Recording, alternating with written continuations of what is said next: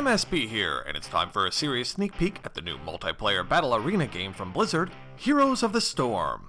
Heroes of the Storm is currently in alpha, so remember there are still lots of changes and improvements to come for this free-to-play game.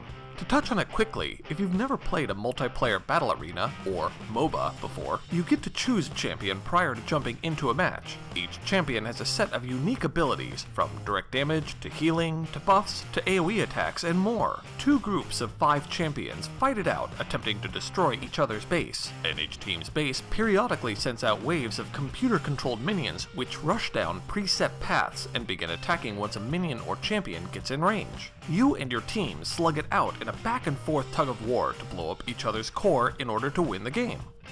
So, what is Blizzard bringing to the genre that's different?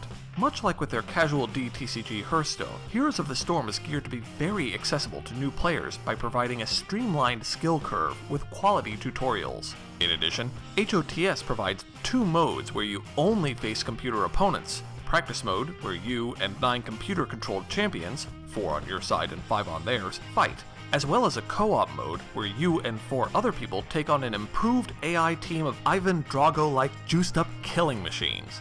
And yes, I've lost against these guys more than once.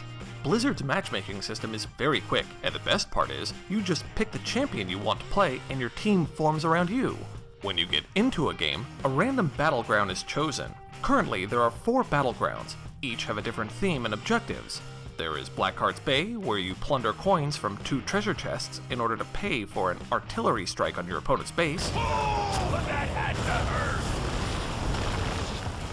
The Cursed Hollow, where you collect occasionally spawning tribute items, and when you've collected 3, enemy minions are reduced to 1 health and turret structures do not fire for a short time.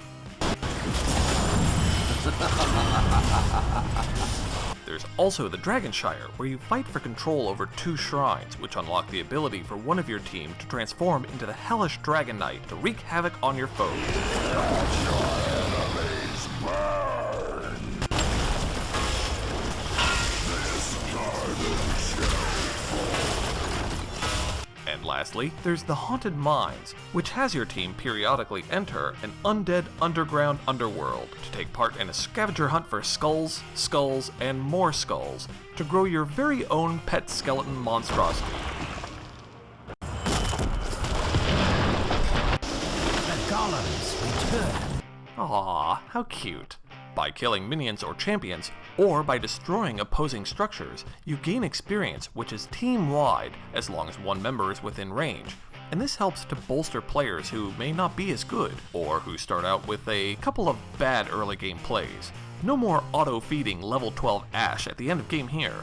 Periodically as you level up, you're given a talent choice, which helps to customize your hero in many ways with new active skills, improvements to existing skills, or new passive traits.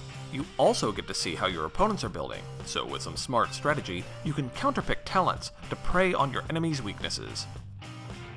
Things that would pull you away from the action, like out-of-game talent or rune builds, or in-game item purchasing, has been removed by Blizzard, with the intent for everyone to be in-game and in combat as much as possible, which I find to be a very refreshing take on the MOBA genre, as those things normally become a confusing barrier for new players, and having a full set of Tier 3 runes as an experienced player eventually loses its luster anyway. By playing matches, you earn account XP, which lets your account level up, and unlock new game features like daily and hero quests, skin colors, as well as bonus gold which you spend in the store to buy new champions.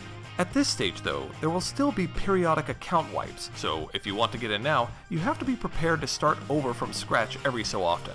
All of Blizzard's iconic characters will eventually be represented, with many awesome ones like Diablo, Arthas, and Kerrigan already available.